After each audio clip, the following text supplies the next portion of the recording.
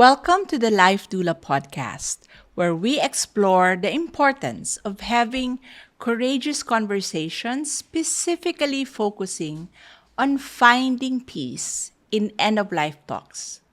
In this episode, we will deal and go deeper into how discussing death can be challenging yet indispensable for patients battling terminal cancer and their families.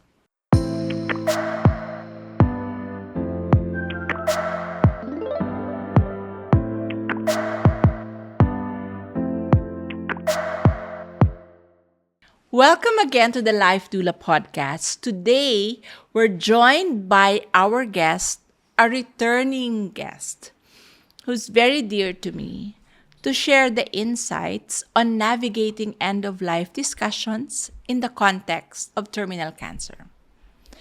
For perspective and as a background, we did a podcast sometime March, and the topic of that podcast is dealing and navigating with childhood cancer, right? She shared with us the challenges of journeying with her amazing son, Aidan Pio, who has a very rare type of cancer called chordoma. I am truly grateful to have here with us this amazingly brave woman who, amidst her grief that she is going through, has agreed to talk about this topic. Welcome to the Life Doula Podcast, Jem Sapanta. And on behalf of our team that you are seeing, our deepest condolences. I know these are very trying times for you, and I really, really honor you for doing this. And today, we realized last night is today is Pio's 40th since he passed. We lost Aidan Pio in April 27. So, and Jem is not your typical traditional person. As a matter of fact, she would text me every now and then, Tita, what will I do with this? So today, Jem and I will break the glass ceiling, discussing a conversation hardly people want to engage in. But both mother and son, Jem and Aidan Pio, navigated this very hard terrain of discussing end of life. How do end of life conversations impact the emotional well-being of the patient, in this case, your son Pio, who's facing terminal cancer? Can you give us a little bit of insight of how you and Pio went through this? I guess it impacts the patient on a big, heavy way. Usually, if you're the love giver, especially if you're a parent, you would think that it's hard for you already. Kids are innocent, naive, so sometimes you wouldn't think that they have a grasp of what death they're going is. through, Yes. And I am thankful that I was able to go through these conversations with Pio. And because I saw him go through what we call the stages of grief, which was from denial to anger, even bargaining, and to the last, before he died, acceptance. I don't think any loved one or parent would be able to achieve acceptance. But for a patient to achieve that before they go is something so rare. And even though it's painful to say, it's beautiful.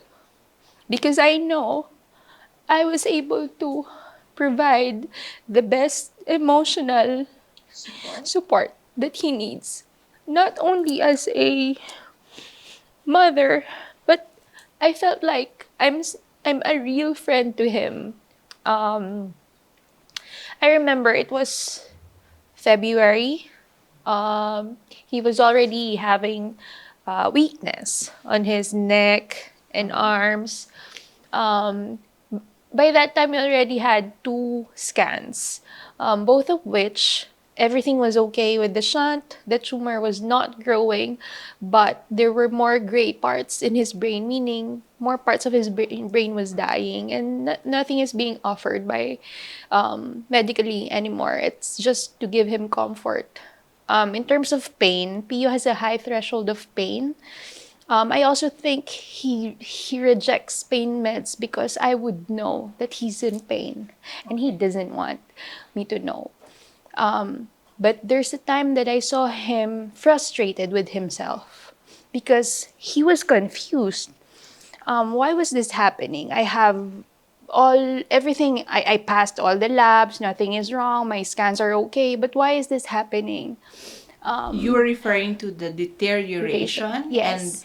his And the weakness. body losing mobility and the weakness. Yes, and for an artist, I think that's a big thing, especially for him, because he is okay with him not being able to walk and run. I think he already accepted that thing, but to lose his hands, that's something very different for him. And he likes to keep himself busy with a lot of things. He likes like reading, eating, drawing and painting. And whenever he feels that he cannot hold the brush normally anymore, he blames himself. And then, so in a way, there's anger also. yes, there's anger. And then that's when he confronted me after. I think everything was normal. We didn't go to Doc Lokban yet. I think we're scheduled to go in a couple of days, but we already have the result. And then he asked me about the result, and then he said it was and then I said it was normal. And then he says, but ganito, am I dying? I remember Robbie was on the phone that time. And I was very tempted to say no or sugarcoat it. But I don't know what. I don't know why, but I answered yes. Just yes. And then it was like he couldn't breathe, and he was and then he was like, Hyperventilating. yeah, I mean, he doesn't know how to cry kasi. And he was like, hindi pwede, hindi pa ako ready. And then that's when I cried. And I said, nobody is ready. And then I told him, it's okay to cry, you can cry. And then when I said, it's okay to cry, he cried. He cried. But it's like, tears were just, he doesn't, it's so weird because I haven't seen him cry like that. Most of the time, it's like just, throwing a tantrum dati. Yun parang, iba yung cry niya eh. Parang it was more a cry of release. Yes, and he was like, marami pa akong gustong gawin.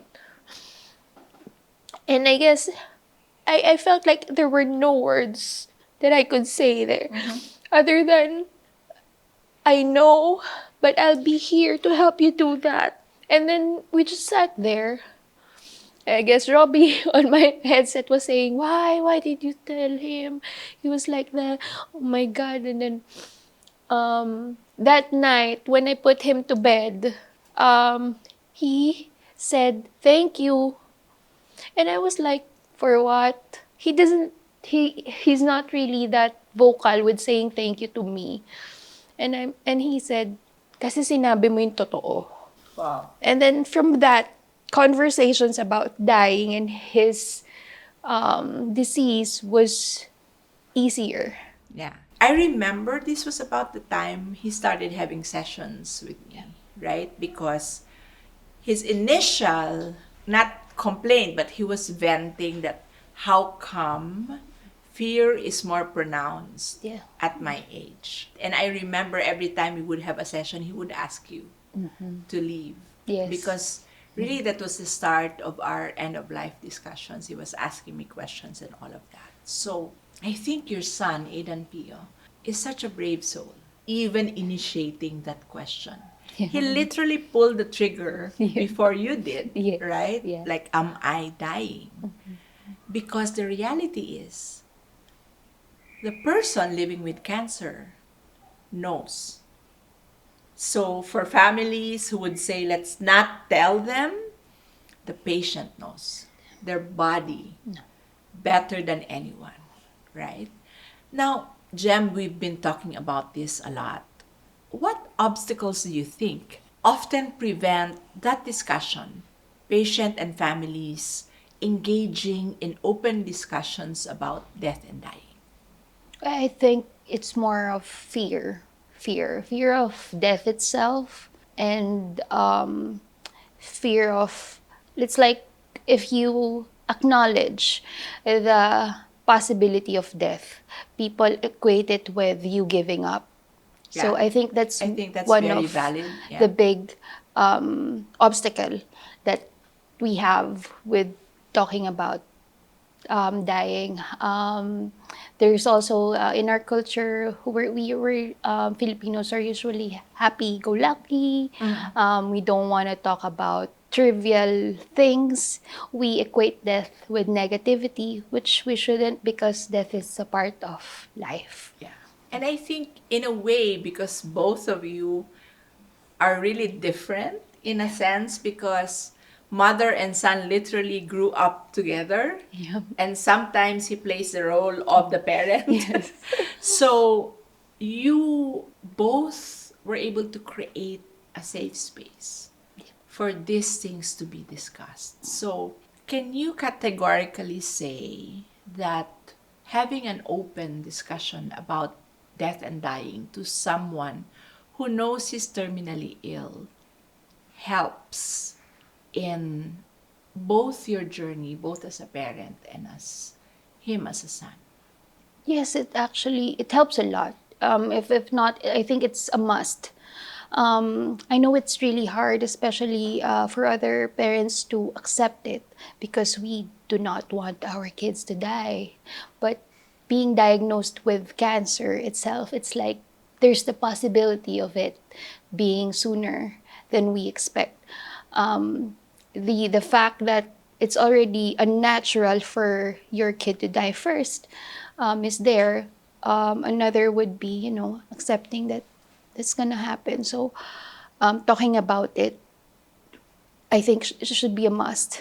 It actually prepares you both emotionally and mentally. Yes, but more so the patient, I think, because whatever kind of preparation we do, the parent or the one left would not be prepared. Yeah, that's a that's a reasonable position.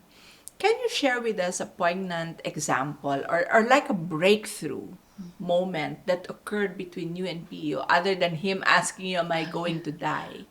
that somehow facilitated all these conversations and it just flowed? And I recall this happened like 2 weeks before he passed. A week before.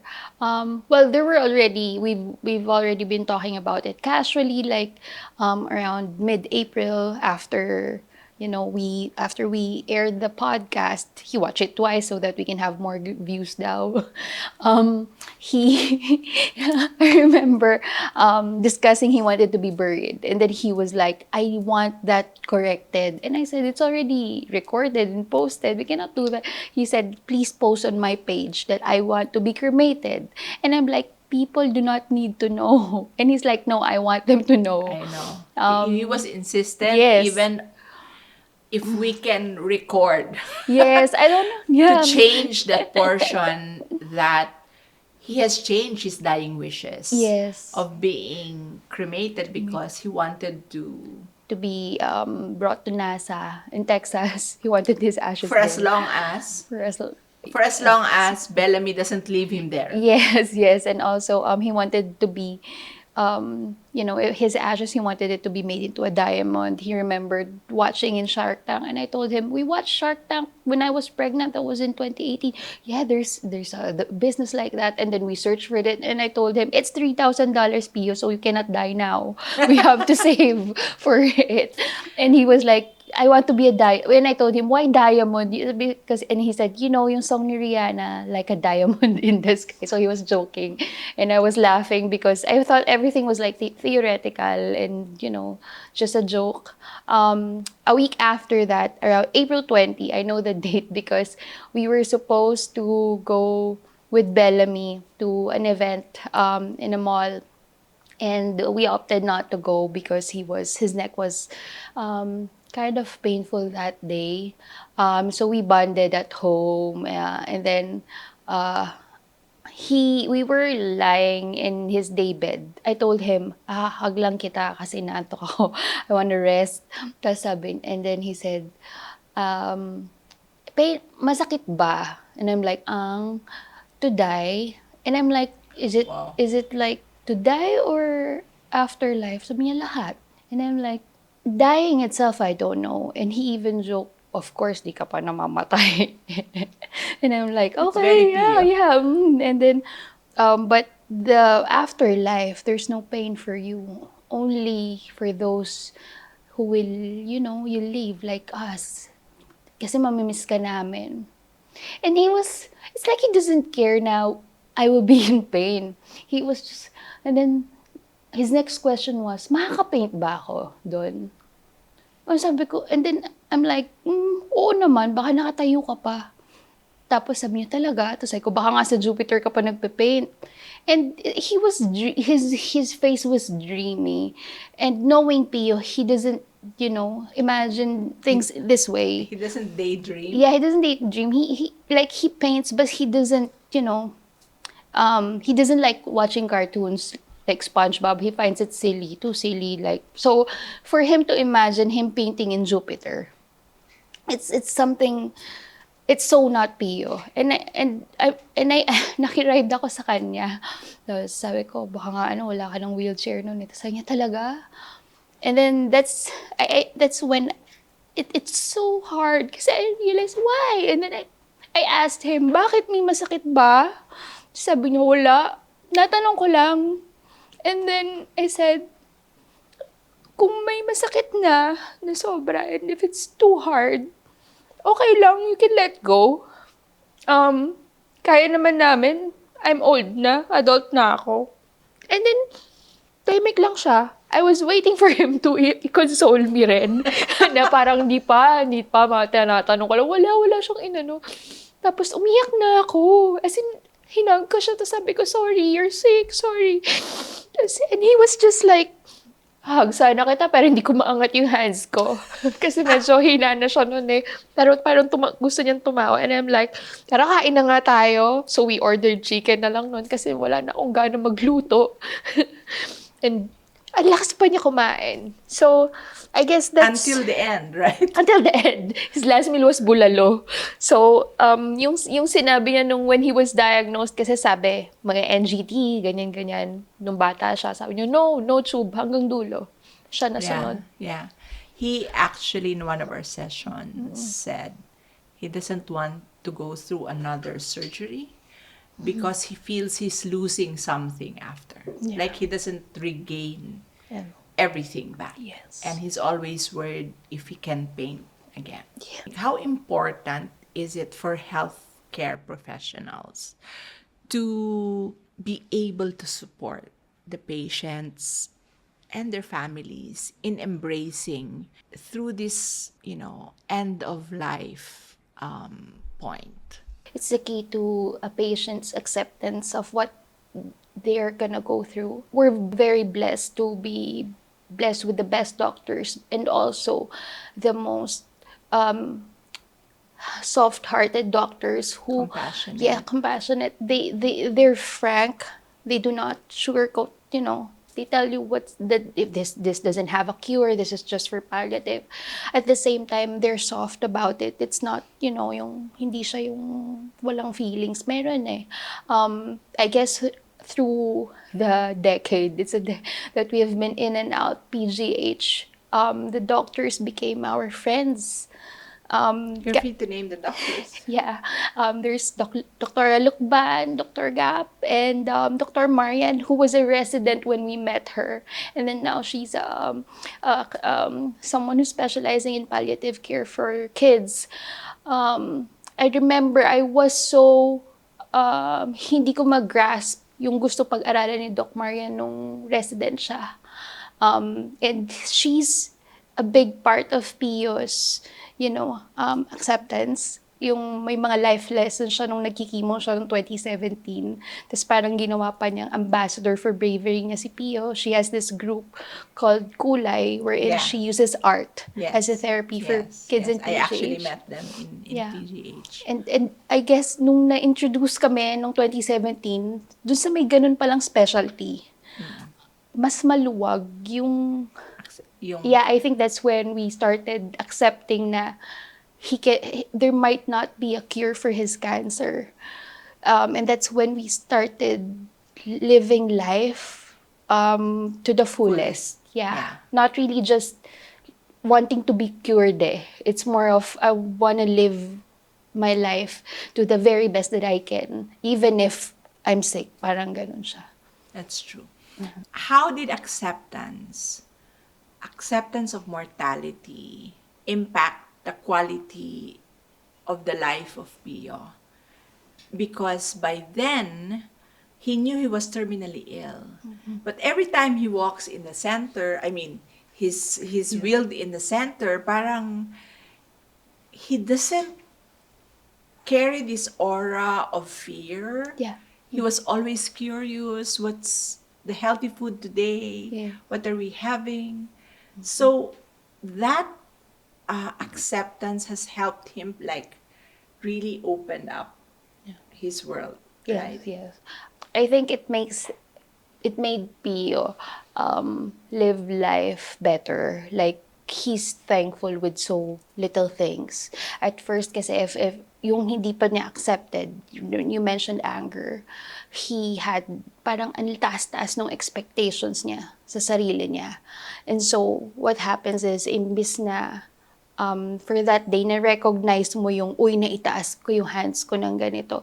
Hindi mo ma-recognize. But then when we became honest about what's happening, and then when he started processing it, yung little things ba, I remember Monday before he died, meron pa siyang video sa akin nun, na yung tataas ko. Tapos yung mga, sabi niya, labas mo ako, gusto ko sa araw. Tapos sabi ko, yung init-init ngayon. Sabi niya, hintayin ko si ate sa labas, gusto ko dun. So yung mga simple things na gusto mo maramdaman, yung sun, i-enjoy mo And I remember when you treated us to the museum, he was like, when he saw Juan Luna's painting in person, he's like, pwede na akong mamatay. Nag-joke siya ng ganun. Akala ko joke. Talaga He pala. actually told me, like, the trip to the museum, seeing artworks being appreciated, and the painters and the artists are long gone. Yeah. He said that he felt like it was okay for him to die because people will remember him Yes. when they see his work. Yeah. That was parang, wow. Yeah. Parang it was not the goal for me to send you to the museum, Yeah. pero yun yung naisip niya, no? Now, Jem, what advice do you have for parents, for family members who are really struggling to come to terms with their loved one's terminal diagnosis? It's hard, but you have to be at one point honest to your loved one who is sick, because when there's honesty, that's when acceptance will start coming in. I know there's fear. Everybody is afraid of dying, but you can both be afraid together. Yun yung sabi ko kay Pio I remember, ang paulit-ulit ko lang sinasabi sa kanya when I became honest was, pag sinasabi niya na I'm depressed, sabi niya, parang ako si Van Gogh. Second meaning mo, gusto mo ba mag-suicide? Sabi niya, hindi. Sabi niya, sabi niya, gusto ko marami akong ginagawa. Sabi ko, depressed ka? Tapos sabi niya, Tapos sabi ko, ako din. Tapos sabi ko, hindi ko naman matatanggal yung sadness mo pero I'll be sad with you. I'll carry you if needed. Sabi ko nga sa kanya, if you want, ako gagawa ng Lego mo. And he's like, talaga?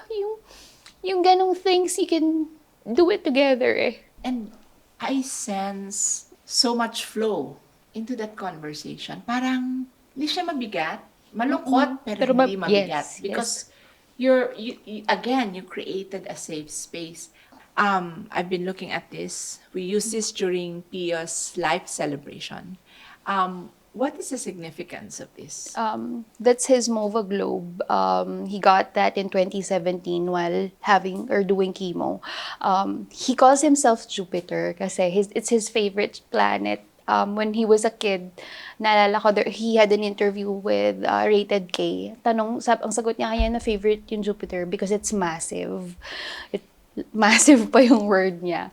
And this one, talagang kinulit niya ako. Sabi niya, gusto niya ng MOVA globe. Kasi when the sun, as in dapat kasi solar shines dyan, it will rotate on its own. Kaya siya may water wow. So, and mahal siya. So, nung time na yun, sabi ko, Pio, it's so expensive. Parang isang chemo session mo na yun. Sabi niya, nagpe-paint naman ako, di ba? Kaya talagang sabi ng daddy niya, ako nabibili. Pero wag mo sabihin ako bumili. Kasi gusto namin, iniisip niya siya bumibili. Yeah. Pero hindi naman namin binabawas yun. So, tuwang-tuwa siya nung inuwi ng daddy niya yan. Tapos, tinitignan niya lagi yung website ni MOVA Globe. Tapos hanggang may mga additional na. Sabi ko, Pio, gusto mo ba magdagdag? No, okay na daw siya sa Jupiter. Until they added a bigger Jupiter size, sabi niya. Yun ang gusto niya. Kaya pero favorite ko to kasi nga, naalala ko talaga yung niya, want niya talagang bilhin at dahil sa paintings nga daw niya. Oo nga naman, nagpipaint nga naman ako.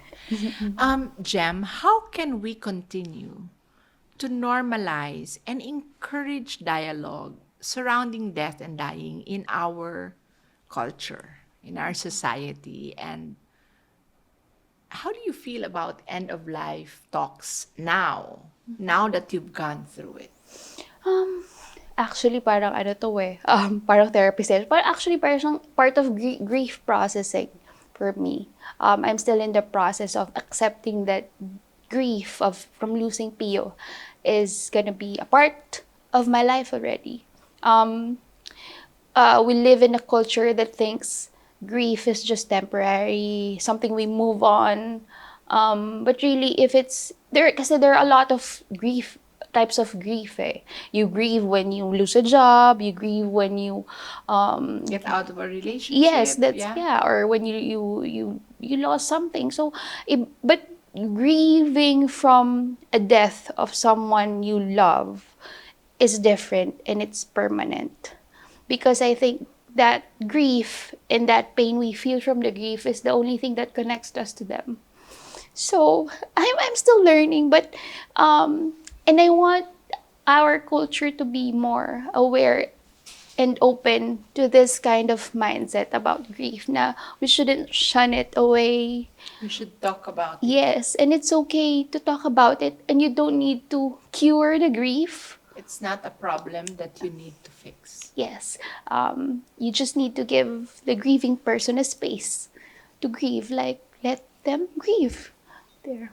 I honor you for really almost jumping into this and saying, yes, I want to do it. And I was very careful, but you said, no, tita, I want to do it. I know every day is hard for you. I know it is very difficult to normalize things. And I'm glad that you are not normalizing it. Like you sit when you text me when you're so sad, you post on I encourage you to post and talk to Pio through your post. Because as you said, grief is not something separate. It is part of our life, and sitting with it, dealing with it is part of the process. Right? But I also told you that you can be happy because you have Bellamy. You still have Bellamy, and Bellamy tends to be very bubbly. And I'm glad that, after more than 30 days, you started going back to your gym routine. So you are actually now living your life in grief, but you are moving forward because you have a son, you have a husband. But at the same time, Pio is very much part of your daily life, right? And if you notice, I keep mentioning his name because for for our audience, when you lose the one you love, you don't relegate and refer to them as an like someone from the past, or you hardly can't mention their name. You the more you mention their name, like in the context of the present, like I see your post like, good morning, Pio, I saw this on the way to, so you've integrated him in your life, and I think it helps you Yes, it does. to move life in that pace, right? So, Jem, what would be your tips to parents, to mothers, to fathers who have terminally ill children? Like the other day, I know you donated Pio's wheelchair to another boy, but he is also like Pio, terminally ill. So, what advice would you give to, I would say, an avatar like you, a mother, dealing with death at the bend at some point? That, I know it's really hard to do these conversations, but it would be is this the hardest thing that you're gonna do, but you're not gonna regret it, because after they're gone, you will realize the kind of relationship that you're gonna build once you start having these conversations. Our kids, even if they're just kids, are smart, and they will Especially thank your you. kid. Yeah, they will thank you if you go through the process of grief with them. So that at least when when they die, you will, you will be grateful for that experience. It's painful and it's unforgettable, but it's something that you will be grateful na parang I went through that with my kid, because no one else can go through that with your kid the best. It's just you. Your doctors cannot do that with the kid. A therapist cannot do that with your kid. It's just the parents or the love giver that can do that. And to have that conversation now, because even if we don't know if they're gonna die tomorrow or next year or in 10 years, but be being able to have these conversations, mas na-enjoy niyo yung isa't isa, mas open yung communication nyo, and mas nagre-rely kayo sa isa't isa emotionally, and that's what you would want while they're alive. And you know what's powerful with what you went through is you literally assured him that the reality of death is there. It's gonna happen. I just don't know when. But the assurance that whatever happens, I'm going to be there Yes. with you. We will grieve together. We will cry together. And I think that is such a powerful statement, to be able to hold your child's hand or your loved one's hand to say, whichever way this goes, I'm there. I'm there. Right? And to the medical practitioners out there, it's very important to be able to say that to your patient. I know of a doctor that even on a first meeting, he would already tell his patient, hindi kita iiwanan. I will be here for you. That is so priceless Yes. for a patient who's scared. Yeah. And you as a mother, you literally assured him. And I think you were telling me the other day that you have this feeling of peace when you hugged him before he was cremated. Yeah. And you knew that was not my son anymore. Yes.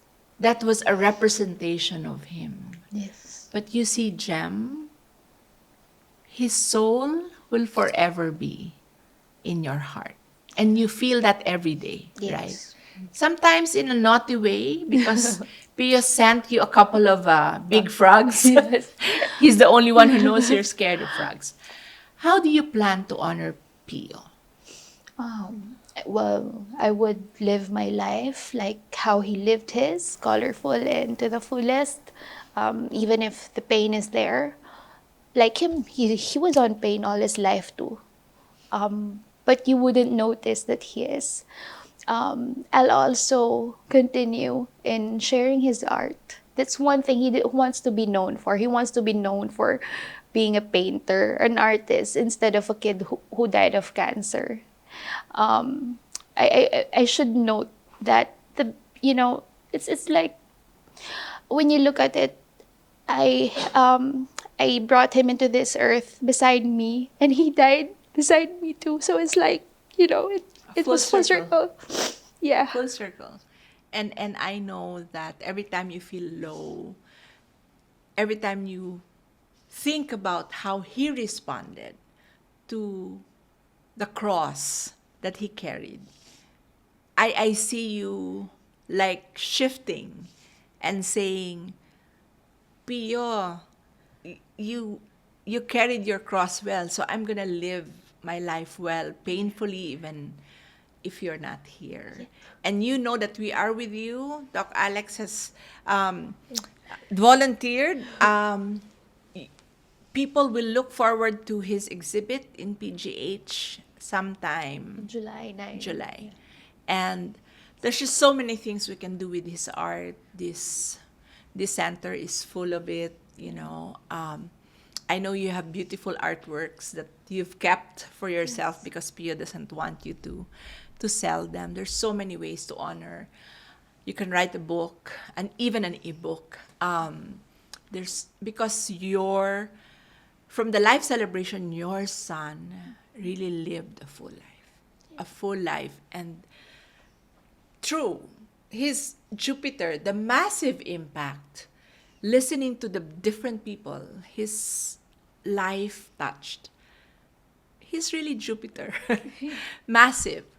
So thank you, Jem, for being with us today. As we wrap up this insightful episode on courageous conversations and finding peace in the end of life discussion, let's reflect on some key points we've learned today. Embracing end of life conversations can lead to greater peace and acceptance for both patients and families. An open dialogue about death can alleviate anxiety. Like what Pio said, is it painful? Am I going to feel pain? Right? So it also helps people who are taking care of him, like you and Ate. No? So initiating discussions early on can ensure that the patient's wishes are respected. I mean, ridiculously, Pio even said, I don't want to wear a barong. Yes. I want to wear the typical things I'm wearing. And I'm Yes. so grateful that what he wore was you said the polo shirt and the shorts that Yeah, he I bought saw. for the launch because God might not recognize me if I wear a barong. Yeah. So those conversations can happen only if you are open. And by fostering a culture of open, honest communication, we can support each other through the challenging but essential process of facing mortality with courage and grace. Remember, embracing these conversations can lead to greater peace, clarity, and alignment with one's values. Thank you for joining us on this journey of introspection and wisdom. And again, thank you, Jem, for being so brave to talk about this when you're at at the height of your grief. So until next time, may your courage in conversation illuminate the path to peace and understanding.